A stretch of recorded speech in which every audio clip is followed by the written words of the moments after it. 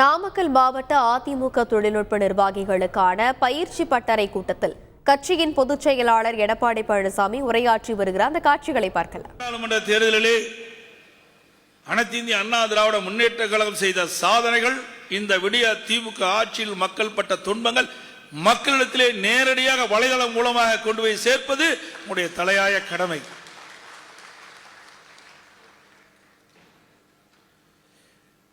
நாங்கள் அந்த காலத்தில் இருக்கின்ற பொழுது இப்படிப்பட்ட வசதி வாய்ப்பு எங்களுக்கு கிடையாது.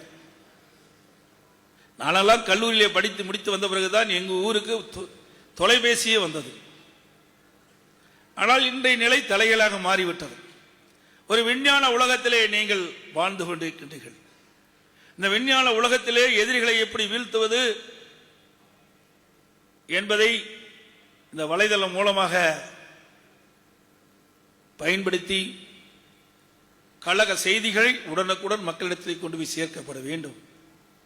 அன்றாட இந்த திராவிட மாடல் ஆட்சி என்று சொல்லிக் கொண்டிருக்கின்ற மக்கள் அவரது ஆட்சியில் ஏற்படுகின்ற மக்கள் பிரச்சனையை வலைதளம் மூலமாக மக்களுக்கு எடுத்து செல்ல வேண்டிய கடமை உங்களுடையது. ஏதோ நாம்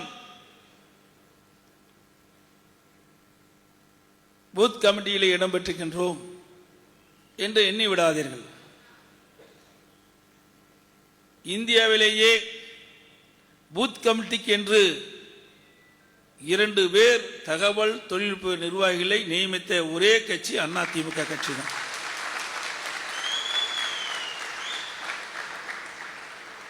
உங்களுடைய வலிமை, திறமை இதன் இந்த உங்களை பயன்படுத்தி செயல்படுத்த வேண்டும் என்பதுதான் அதிமுக கட்சியினுடைய நிலைப்பாடு. இந்த வலைதளங்கள் இப்பொழுது மிக முக்கியமாகிவிட்டது. 40% பேர் இளைஞர்கள் இன்றைய தினம் இந்த வலைதளத்தை பயன்படுத்திக் கொண்டிருக்கின்றார்கள். அன்றாட செய்திகளை எளிதாக கொண்டு போய் சேர்க்கக்கூடிய சாதனம் இந்த வலைதளம் தான். இன்றைக்கு எனக்கு முன்னாலே அருமைச்சவர் தங்கமணி குறிப்பிட்டதை போல பத்திரிகையும் ஊடகம் நமக்கு முழுமையான சாதகம் இல்லை. ஒரு சில ஊடகம், ஒரு சில பத்திரிகை தான் நம்முடைய செய்திகளை வெளியிடுகின்றார்கள் முழுமையாக. பல பத்திரிகைகள், ஊடகம் நம்முடைய செய்தியை முழுமையாக கொண்டு சேர்ப்பதில்லை மக்களிடத்திலே. ஆனால் என் முன் அமர்ந்திருக்கின்ற நம்முடைய இளைஞர் பட்டாளங்கள் கழக செய்திகளையும் இப்படிப்பட்ட ஆலோசனை கூட்டத்தில் பேசுகின்ற கருத்துக்களை எளிதாக வலைதளங்கள் மூலமாக மக்களிடத்திலே சேர்த்துகின்ற பணி உன்னதமான பணி என்பதை நீங்கள் உணர வேண்டும்.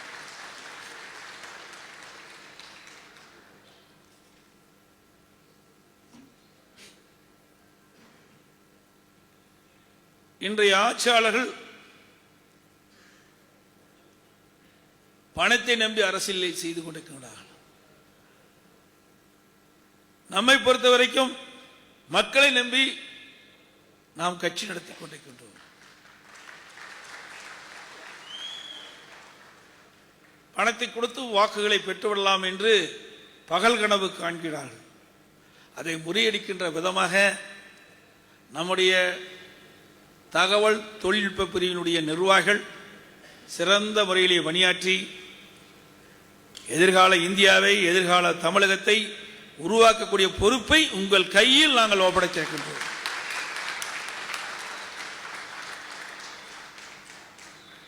அனைத்து இந்திய அண்ணா திராவிட முன்னேற்ற கழக கட்சி தான் ஜனநாயக கட்சி.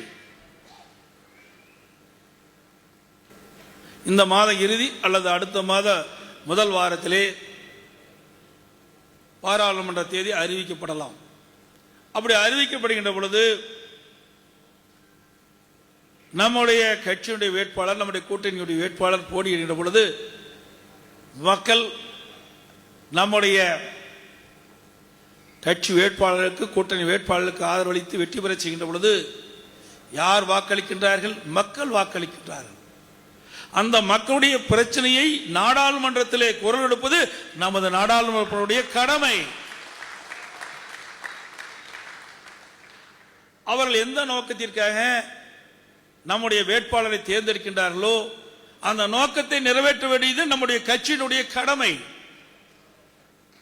இன்றைக்கு கூட்டணி என்று வந்துவிட்டால், தேசிய அளவில் இருக்கின்ற கட்சியோடு கூட்டணி வைத்து விட்டால் அவர் தேசிய அளவிலுடைய பார்வை சென்று விடுகிறது. நம்முடைய மாநிலத்துடைய பிரச்சனையை காது கொடுத்து கேட்பது கிடையாது. அதனால் பாதிக்கப்படுவது நாம்.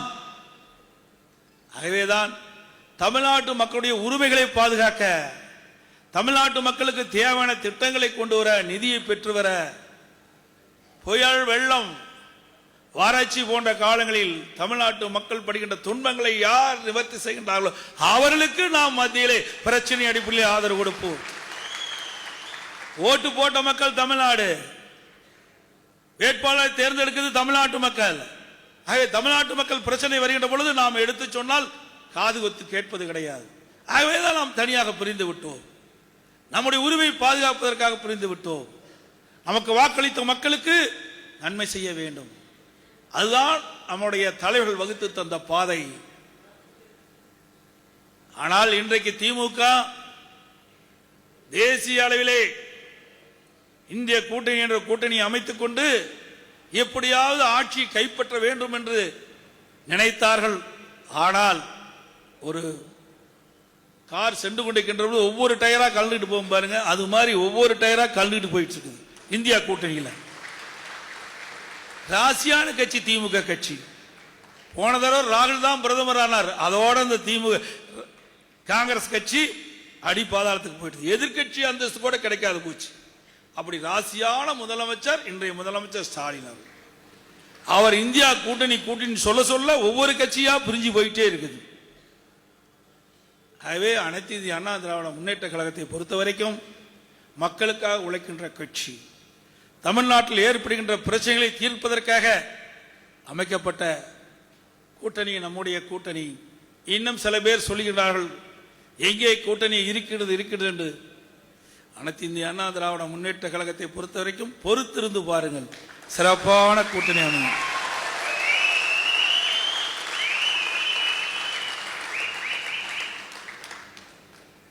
அதோடு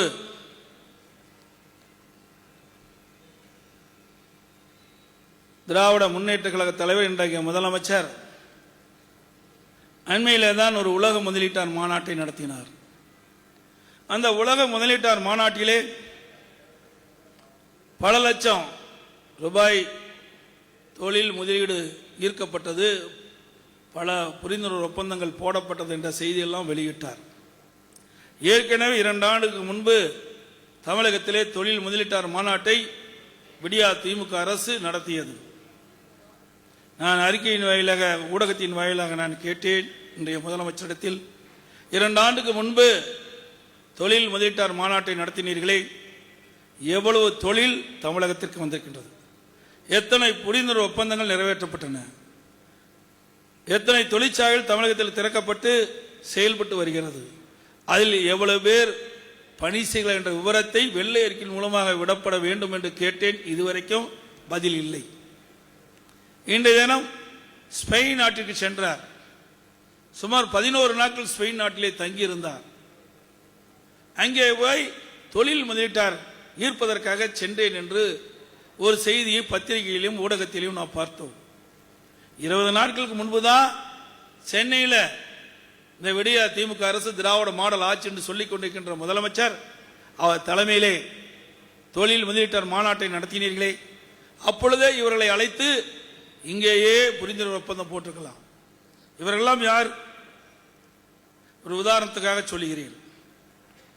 எடிபான் என்ற ஒரு கம்பெனி இந்தியாவில் 2013 துவங்கப்பட்டது. அது சென்னை திருச்சியில் இருக்குது. எங்க? சென்னையிலையும் திருச்சியிலையும் இருக்குது.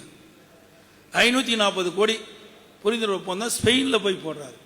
சென்னையில் திருச்சியில் இருக்கின்ற கம்பெனியை ஸ்பெயினுக்கு போக சொல்லி அங்க போய் புரிந்துணர்வு ஒப்பந்தம் போடுகின்ற முதலமைச்சர் தான் இன்றைய முதலமைச்சர் ஸ்டாலின். அதே மாதிரி ஹைபாக் லைட் 2003 இந்தியாவில் அந்த கம்பெனி இருக்குது. அது தூத்துக்குடியில் இருக்குது. 2500 கோடியில் புரிந்துணர்வு ஒப்பந்தம் போட்டதாக பத்திரிகையில் ஊடகத்தில் செய்தி. எங்க போய் போடுறாரு? தூத்துக்குடியில் இருக்கின்ற அந்த தொழிற்சாலைகள் நிறுவுவதற்கு ஸ்பெயின்ல போய் ஒப்பந்தம் போடுறார். அதே போல ரோகா 2011 அந்த தொழிற்சாலை தமிழகத்திலே தொடங்கப்பட்டு இன்னும் விரிவாக்கம் செய்யப்படுவதாக. அது எங்க இருக்குதுன்னா பெருந்துறையில் இருக்குது. பெருந்துறையில் இருக்கின்ற அந்த தொழிற்சாலை போய் 400 கோடியில புரிந்துணர்வு ஒப்பந்தம் போடுறார்.